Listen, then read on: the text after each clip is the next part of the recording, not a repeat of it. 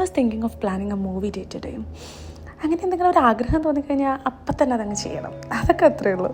So ഞാൻ വിളിക്കേണ്ട താമസം സ്വാമി പറഞ്ഞെത്തി. ഞങ്ങൾ നേരെ കാളീശ്വരിൽ പോയിട്ട് ഐഡൻറ്റിറ്റി കാണാമെന്ന് വിചാരിച്ചു. ആക്ച്വലി ഞാനൊരു ടോവി ഫാനാണ്, എനിക്ക് ഭയങ്കര ഇഷ്ടമാണ് ടോവിനോനെ. സോ ഞങ്ങൾ രണ്ടുപേരും മൂവി ടിക്കറ്റൊക്കെ എടുത്ത് മൂവി കാണാൻ തയ്യാറായി. ഐഡൻറ്റിറ്റിയുടെ ക്യാപ്ഷനൊക്കെ എഴുതി കാണിച്ച്. ഞാനൊരു മൂവി പേഴ്സണേ ആയിരുന്നില്ല. നമ്മുടെ വീട്ടിൽ ടി വിയിലൊക്കെ വരുമ്പോൾ മൂവി കാണാമെന്നല്ലാതെ തിയേറ്ററിൽ പോയിട്ടൊന്നും അങ്ങനെ കാണുമായിരുന്നില്ല.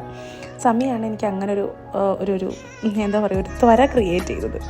അങ്ങനെ ഞങ്ങൾ മൂവി കണ്ടു, സ്നാക്സൊക്കെ കഴിച്ചു, ഒരുപാട് നേരം മൂവിയുടെ ഇടയിൽ സംസാരിച്ചു. ഞങ്ങൾ നന്നായിട്ട് സംസാരിക്കും കേട്ടോ മൂവിയുടെ ഇടയിൽ. എനിക്ക് മിണ്ടാതിരുന്ന് കാണുന്നതേ ഇഷ്ടമല്ല മൂവി. ആൻഡ് അങ്ങനെ നൈസായിട്ട് ആക്ച്വലി എനിക്ക് ആ കവർ പൊട്ടിക്കാനേ പറ്റുന്നുണ്ടായിരുന്നില്ല. ഞാൻ ഭയങ്കര വീക്കായിരുന്നു, വർക്ക് ചെയ്ത് ഭയങ്കര ടയേർഡായിരുന്നു. ദെൻ മൂവിക്ക് ശേഷം ഞങ്ങൾ നൈസായിട്ടൊരു നൈറ്റ് റൈഡൊക്കെ ചെയ്ത് വീട്ടിലേക്ക് കയറി. അപ്പോൾ അത്രയേ ഉള്ളൂ. ശുഭദിനം.